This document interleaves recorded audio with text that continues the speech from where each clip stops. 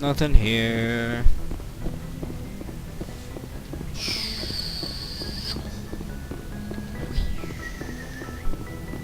I make the wishing sound of the cape. This is charming in its own way. I like doing dialogue trees, and holy shit, there's a lot of stuff down here. Don't crash, please. Where are we? Let's just talk around this way. Shepard, what can I do for you? What's your story, Rex? There's no story. I kill things. Go ask the Quarian if you want stories. You Krogan live for centuries. Don't tell me you haven't had a few interesting adventures. Why does Well, there everybody was live this so one much time longer the than Turians us? almost wiped out our entire race. That was fun. I heard about that. You know, they almost did the same to us. It's not the same. It seems pretty much the same to me. So your people were infected with a genetic mutation? An infection that makes only a few in 1,000 children survive birth? And I suppose Wow. it's destroying your entire species? I suppose it isn't all the same. I That's don't really expect sad. you to understand, but don't compare humanity's fate with the Krogan. Sorry, Rex. I wasn't trying to get you upset. Your ignorance doesn't upset me, Shepard.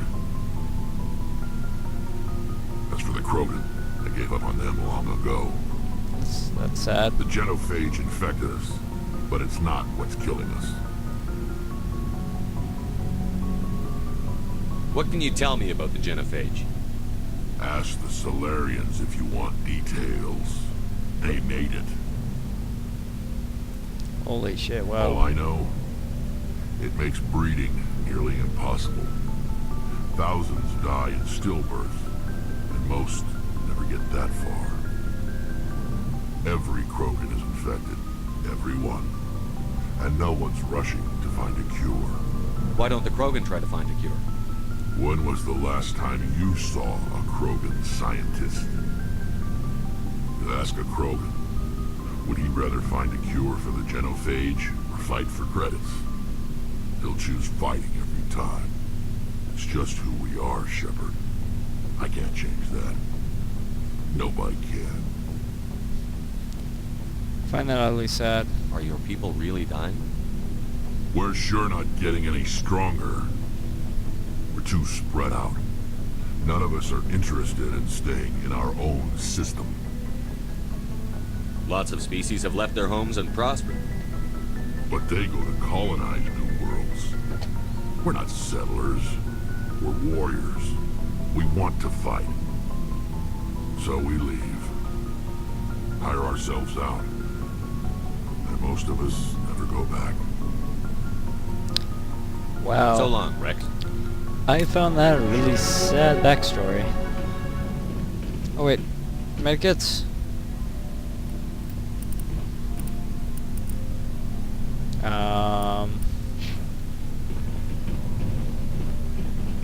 Oh, this is everybody's locker.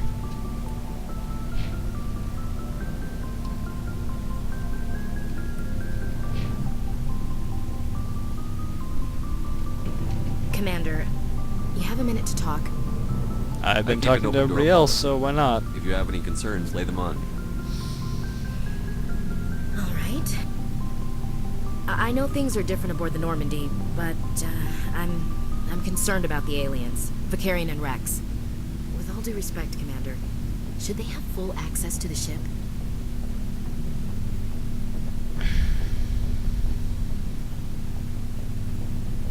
Don't mince words, Chief. What's your concern? This is the most advanced ship in the Alliance Navy. I don't think we should give them free rein to poke around the vital systems. Engines, sensors, weapons.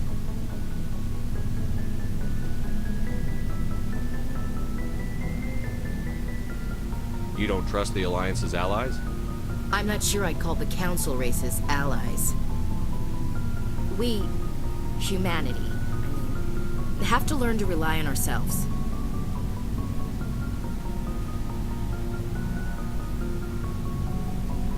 Standing up for ourselves doesn't mean standing alone. I don't think we should turn down allies. I just think we shouldn't bet everything on them staying allies. As noble as the council members seem now, if their backs are against the wall, they'll abandon us. You've got a pessimistic view of the universe, Williams. A pessimist is what an optimist calls a realist. Look, if you're fighting a bear and the only way for you to survive is to sick your dog on it and run, you'll do it. As much as you love your dog, it isn't human. It's not racism, not really. Members of their species will always be more important to them than humans are.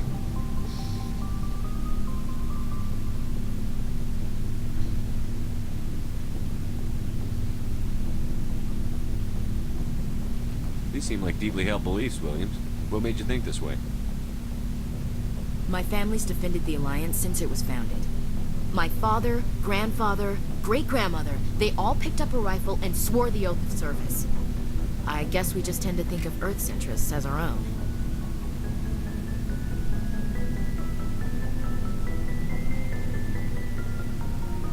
All right. I can see where your concerns are coming from, Williams. But this is a multilateral mission. You're going to have to work with aliens, like it or not. It won't be a problem, Commander. You say jump, I say how high. You tell me to kiss a Turian, I'll ask which cheek.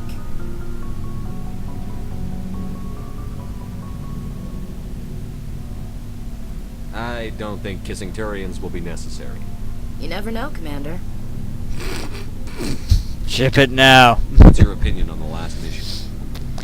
Not sure I'd buy Dr. Tassoni's story about her and her mom not talking. They're family, right?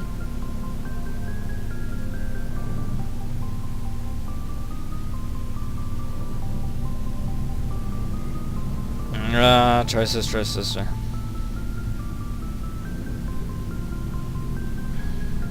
I think she's being straight with us. Or at least, I don't think she lies very often. Yeah, she's probably really bad at it. Hey, want me to ask her about her sex life? Might be illuminating.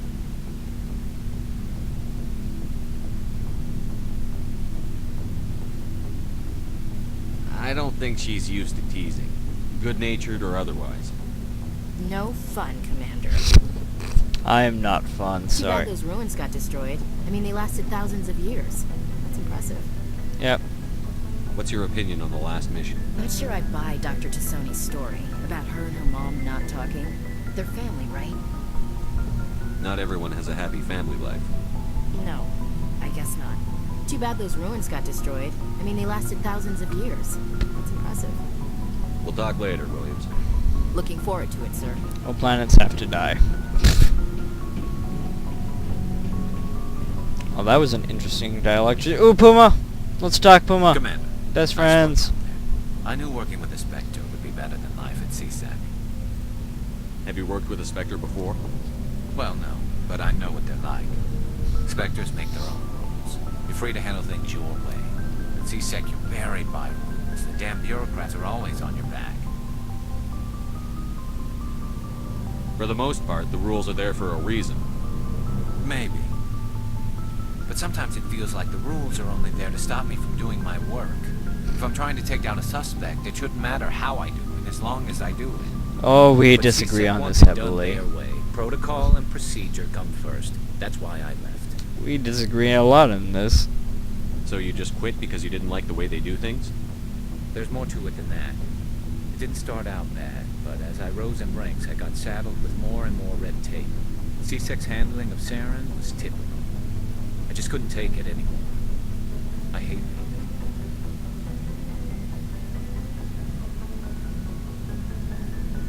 I hope you made the right choice. I'd hate for you to regret it later. Well, that's sort of why I teamed up with you. It's a chance for me to get off the Citadel, see how things are done outside C-Sec. Either way, I plan to make the most of this. And without C-Sec headquarters looking over my shoulder, well, maybe I can get the job done my way for a change. If getting the job done means endangering innocent people, then no. We get the job done right, not fast. Got it? I wasn't trying to. I understand, Commander. Oh.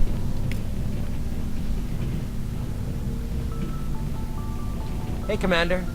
Looking for some extra supplies before you head out? What have you got? Whatever you want. Armor, weapons, mods. It's not standard Alliance issue, but that's not necessarily a bad thing. Okay. Well, as long as you don't mind paying for it. You're part Why of should my I pay you crew. for my weapons and armor? My stuff doesn't come from the Alliance. I have to purchase it myself, and it's not cheap. Hell, You're the on my licenses alone crew. have set me back more than I'd like. But no licenses, no goods. Without the goods, I'm out of a job. What are licenses? Why do you need them? Manufacturers Really, sell Shepard? licenses. Each license allows me to buy and sell a certain brand of products. I already have several basic ones, but you'll need to buy Oh. more if you want me to bring in different brands.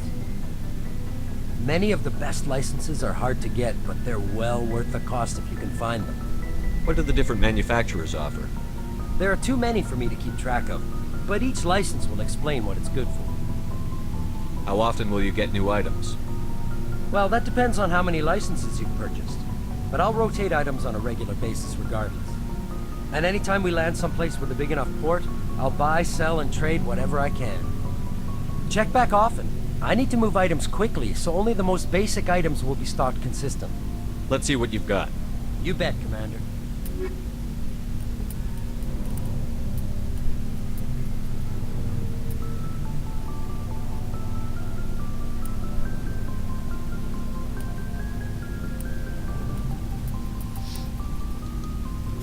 Interesting. Still seems like a total ripoff, though. Because it is my stuff. I'm guessing the green boxes mean store, then.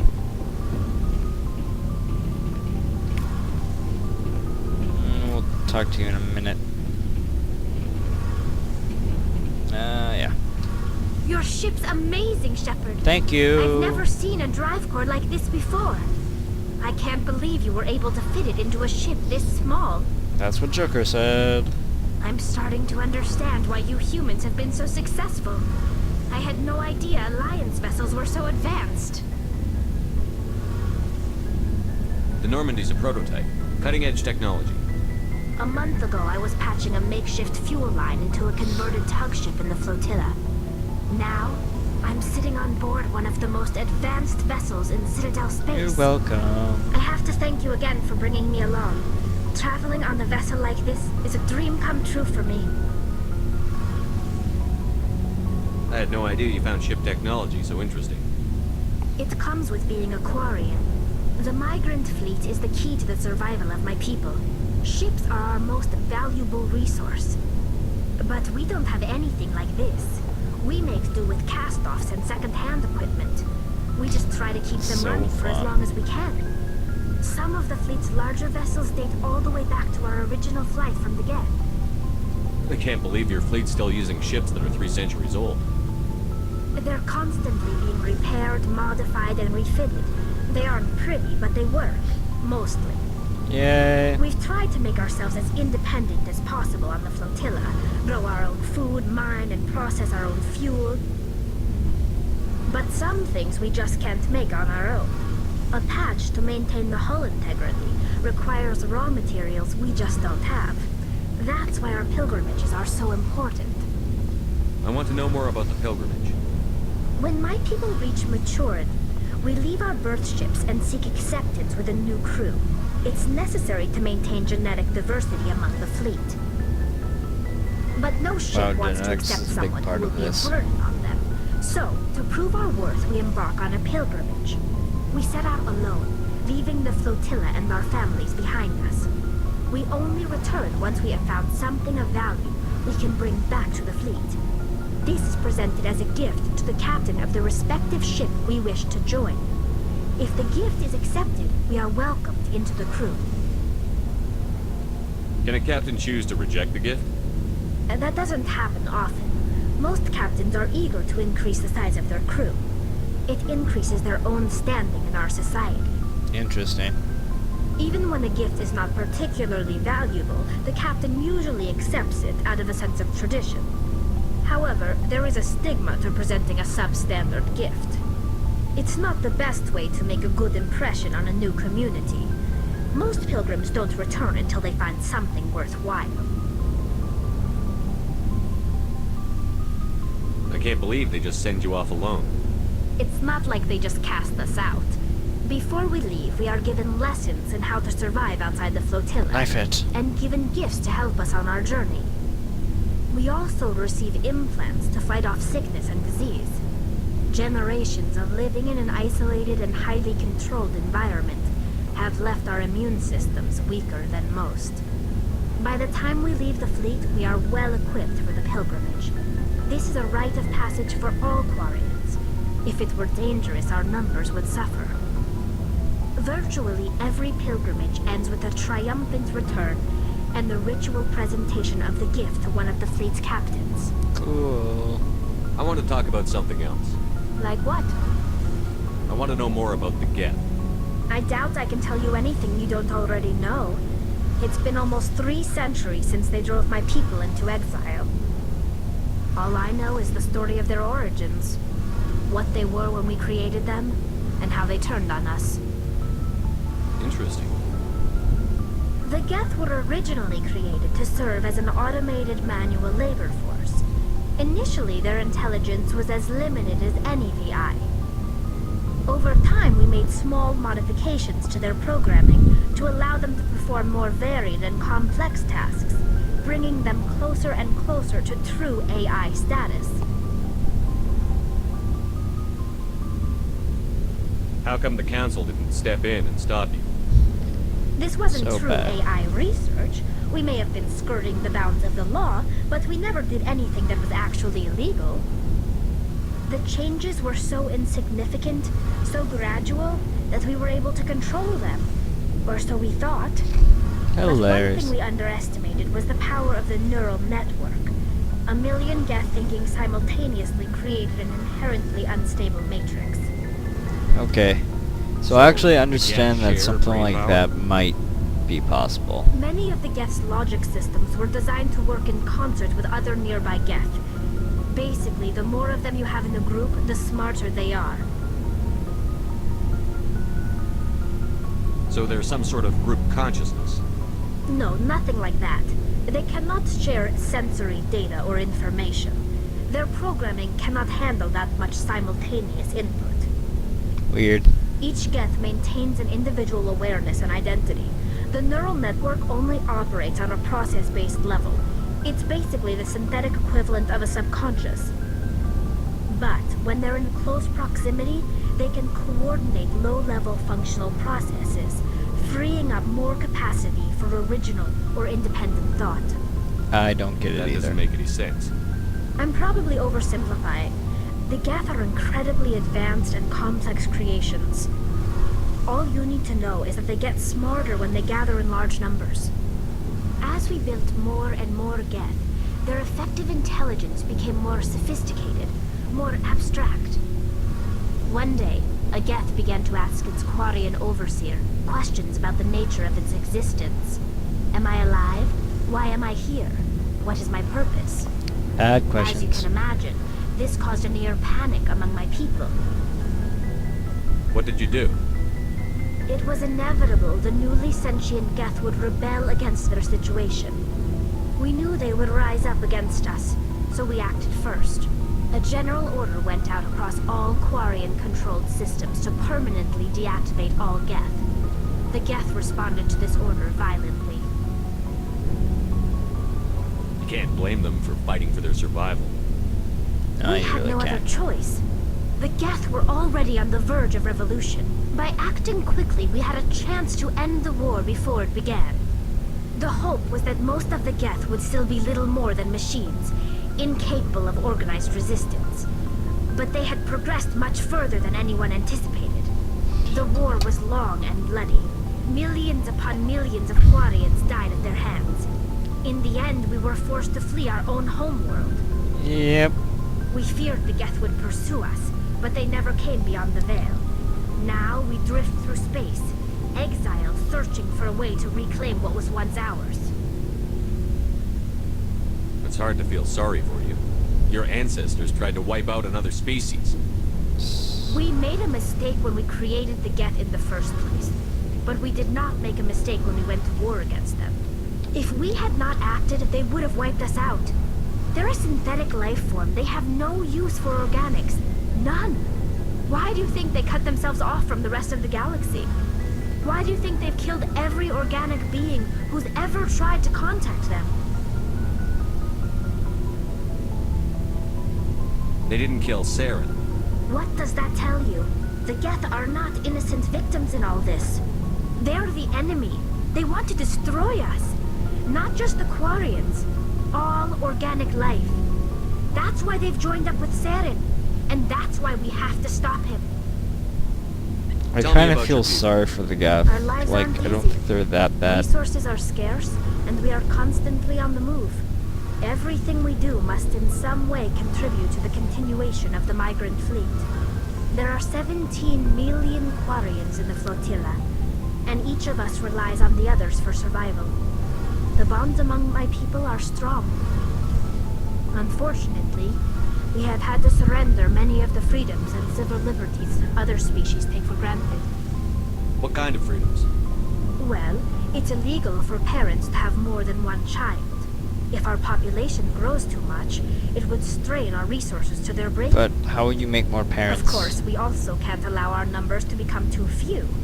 If our population is in decline, the rule against single births is temporarily repealed. In extreme cases of population decline, incentives are even offered to encourage multiple births. Though the Conclave hasn't had to take such measures in nearly a century. That's your government. The Conclave is our civilian branch of government. Each ship can elect a representative to serve on the Conclave and make decisions that affect the fleet as a whole. On matters that affect an individual ship, however, the captain has the final say. It's a tradition that dates back to the early days, when the fleet was governed by martial law. Fortunately, most captains nowadays are smart enough to have an elected council from their crew to give them advice and guidance. So the ultimate power rests with elected officials. In practice, the Conclave and the respective council for each ship tend to set the rules that govern our daily lives. But in theory, we are still under military jurisdiction. The 5 top-ranking military officials in the fleet serve on the Admiralty Board. These 5 have the power to overrule any decision by the Conclave in case of emergency. To do so requires unanimous agreement among the Admiralty, and they can only do this once. After that, the entire board must resign their posts. Whoa, It's a safeguard that served us well. that In is a nearly bit 3 extreme. centuries, the Admiralty Board has only overruled the Conclave 4 times. I should go. I think we're gonna See you save there. We learned a lot. Ooh, the engine guy. Hey, Commander, you know that Quarian, Tally?